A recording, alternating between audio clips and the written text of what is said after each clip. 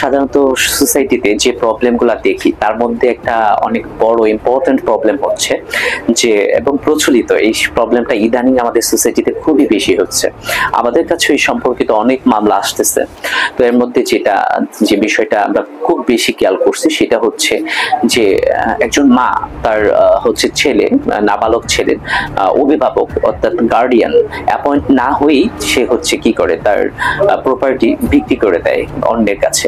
দেন সেক্ষেত্রে হচ্ছে যে লিগেল প্রবলেমটা অ্যারাইজ হয় যে গার্ডিয়ান অ্যাপয়েন্ট না হয়ে সে যখন ওই প্রপার্টি নাবালকের সম্পত্তি হচ্ছে সেল করে, তখন সেই সেলটা কি টিকবে?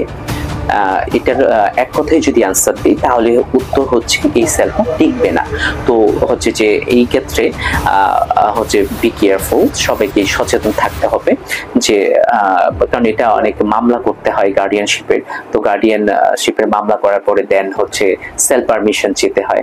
তো চাওয়ার পরে দেন সেল পারমিশন দেওয়ার পরে কোর্ট দেন হচ্ছে এই প্রপার্টিটা বিক্রি করতে পারে নাবালকের যে হচ্ছে অভিভাবক পাওয়া ওই ভিধু বা ওয়াইফ, সেই সম্পত্তিটা বিক্রি করার অধিকার তখন রাখে। আর হিন্দুদের ক্ষেত্রে যে বিষয়টা হয়, হিন্দু ধর্মের ক্ষেত্রে হচ্ছে মহিলারা তো প্রপার্টির উত্তরাধিকারী হন না, সাধারণত ওয়াইফ। তো তখন হচ্ছে যে নাবালক ছেলে তার পক্ষে হচ্ছে যে মা প্রপার্টি বিক্রি করতে চায়, তো সেক্ষেত্রেও তাকে গার্ডিয়ান অ্যাপয়েন্ট হইতে হয় এবং লিগ্যাল নেসেসিটিটা তাকে দেখাইতে হয়। যদি লিগ্যাল নেসেসিটি না থাকে দেন হচ্ছে ওই প্রপার্টি যদি বিক্রিও করে তখন এই বিক্রিটা টিকে না। যদি নাবালক সাবালক হওয়ার পর এই প্রপার্টি উদ্ধার করার জন্য মামলা করে তাহলে প্রপার্টির যে সেলটা হয় এই সেলটা টিকে না, সেলটা ভ্যালিড ভয়েড হয়ে যায়, ভ্যালিড হয় না। Thank you.